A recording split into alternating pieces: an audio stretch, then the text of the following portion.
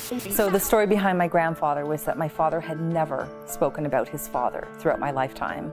All I knew was that I had a very strong-willed grandmother, and my grandfather had passed years ago. As I was learning to meditate, I was sitting quietly in my room and I had my notepad on my lap. This was how I knew that I was able to automatic write. And as I was in that sacred space, a man stepped forward and he said, "I'm your grandfather." And I have never seen a picture of him up to this point. I didn't know any history behind him. And I just started to channel messages that he was bringing forth from my father. The images and the impressions that he brought through were specific to my father on the day of my grandfather's funeral, that only my father and his father in the afterlife had any knowledge of. It was something that my father never shared with anyone.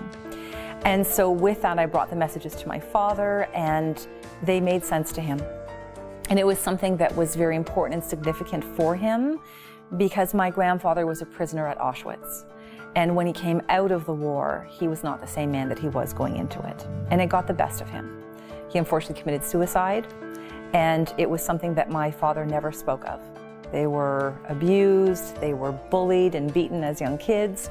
And so my father lived with that anger and the resentment of how could you leave us by ending your life?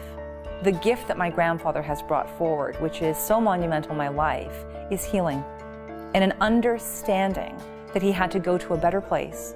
He had to allow his spirit to be free so that he could then watch over his family from a different perspective and offering them a sense of peace and understanding with it, not anger or resentment. It was a very beautiful connection that he brought forward.